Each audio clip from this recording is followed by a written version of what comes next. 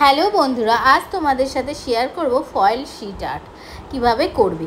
তো এর জন্য প্রথমেই দেখো যে কোনো কালার তোমরা নিতে পারো। আমি এখানে একটা লাইল্যাক কালার নিয়েছি, নিয়ে ভালো করে পলিশটা পরানোর পর কিওর করে নিয়েছি।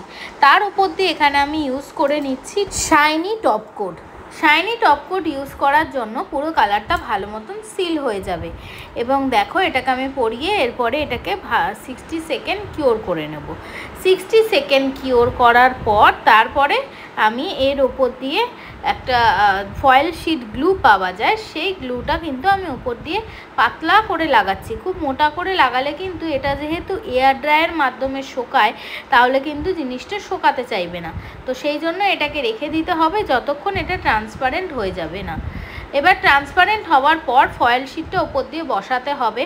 ফয়েল শিট যে কোনো রকমের পাওয়া যায়, গোল্ডেন ব্রাউন, এখানে একটা প্রিন্ট করা অ্যানিম্যালের মতন, যেরকম খুশি টাইপের তোমরা কিনতে পারো। এখানে দেখো অ্যানিম্যাল প্রিন্ট করা আছে। তো সেই জন্য আমি এটাকে বসিয়ে ভালো মতন এটাকে চিপকে নিচ্ছি এবং কিছুক্ষণ এটা ভালো মতন হাত দিয়ে রাফ করতে হবে নেলের ওপরে। যত ভালো করে রাফ করবে ততটাই কিন্তু এখানে বসে ফয়েল শিট থেকে পুরোটা বসে যাবে। তো দেখো এখানে ভালো মতন আমি কিন্তু ওপর দিয়ে রাফ করে নিচ্ছি। এবং দেখো রাফ করার পর কিছুক্ষণ ওয়েট করছি যে ভালো মতন যাতে স্টিক করে। এরপরে উঠিয়ে দিয়েছি। দেখো ওঠানোর পর একদম সুন্দর মতন কিন্তু ফয়েল শিটের কালারটা বসে গেছে, অ্যানিম্যাল প্রিন্টটা। তো দেখতেই পাচ্ছ কতটা সুন্দর লাগছে। এর ওপর দিয়ে এরপরে টপ কোট দিয়ে কিন্তু সিল করে দিলেই একদম কমপ্লিট হয়ে যাবে আমাদের ফয়েল শিট আর্ট। তো দেখো কেমন লাগছে অবশ্যই জানিও।